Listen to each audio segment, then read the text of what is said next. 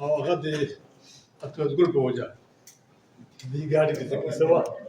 نو ما ته خو دا نه ویلي شي چې ته به خبرې کوې خو زه د کتاب ما لږې خبرې لیکلي دي هغې نه به لږې تاسو ووایم حاجي اردو کې تاسو سورت نو نه اردو نه راځي ښاغلی افکار د امن او سولې نغمهګر د دردونو نغمهګر د اقبال حسین افکار د نظمونو مجموعه ده دې مجموعه کې د نظمونو او یو څو سندرو نه علاوه ما ته د شاعرۍ بل صنف په نظر رانغی دا ټول نظمونه آزاد او معنا دي ښاغلی افکار په بنیادي توګه د نظم شاعر دی په نظمیه شاعرۍ کې د فن په مقابله کې زیات زور په پیغام ورکړل کېږي د پښتو د نظم په شاعرانو کې کمتیره د پیغام سره د فني لوازماتو خیال ساتي کوم شاعران چې د نظم د دغه دواړو اړخونو ترمنځ د اعتدال په کارولو کې کامیاب شوي دي هغوی د پښتو شاعرۍ په اسمان لکه د لمر ښکاره دي د نظم ځینو شاعرانو د یو مخصوص پیغام تر خورولو ځانونه محدود کړي دي دغه مخصوص پیغام د هغوی شناخت ګرځېدلی او د هغوی فن ته یو مخصوص انداز بخلي ښاغلی افکار د خپلو نظمونو په رڼا کې ځان تر یو مخصوص پیغام محدود کړی نه دی د ده د پیغام دایره ډېره خوروله ده د دوی سیاسي مسلې هم څېړلې دي او د سماجي ژوند سره تړلي ډېرې مثبتې او منفي رویې هم په ګوته کړي دي د انسانانو ترمنځ یې د مینې ورورولۍ جذبات هم پارولي دي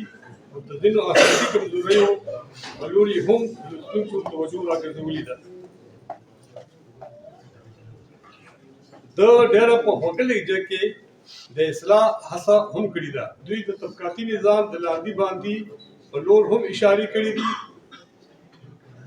دوی د سوکاله سماجي ژوند بربادوونکي فسادي رویې ګندلي او د امن او محبت د خوشګواري فضا قایمولو لپاره په مثبتو کوششونو زور ورکړی دی دوی د پښتون ولس ترمنځ د اتفاق او اتحاد سندرې هم ویلي دي او د مزدورانو د بدې ورځې ویري هم ژړلی دی زنده دا چې کوم انساني عملونه چې د انسانیت په سپینه لمن د تورو داغونو باعث ګرځېدلي دي دغه داغونه یې په نرمۍ سره د وینځلو کوشش کړی دی دوی د خپل پیغام د خپرولو لپاره ډېره عام فهمه ساده او عامي لهجه استعمال کړې ده مثال په توګه د دوی یو نظم بس نغمې د سولې وایي پیش کوم دا اورونه لمبې مړې کړې دا جذبات تاوده ساړه کړې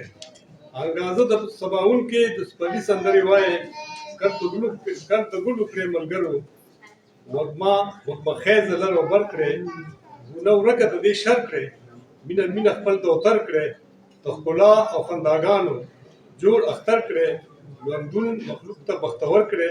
ټوپک کیک د قلم واخلې د ژوندون کیسې پرې لیکې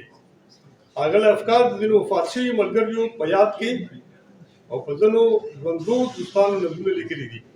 او د هغوی صلاحیت په مقابله کې شاید دا نور ملګري چې ګنې د هغوی په مقابله کې شاید دا نور ملګري زړه ته ډېر ورتېږي وي خدای دې وکړي چې د افکار د ټولو ملګرو په زړونو کې د هغه دپاره د مینې جذبات تل تر تله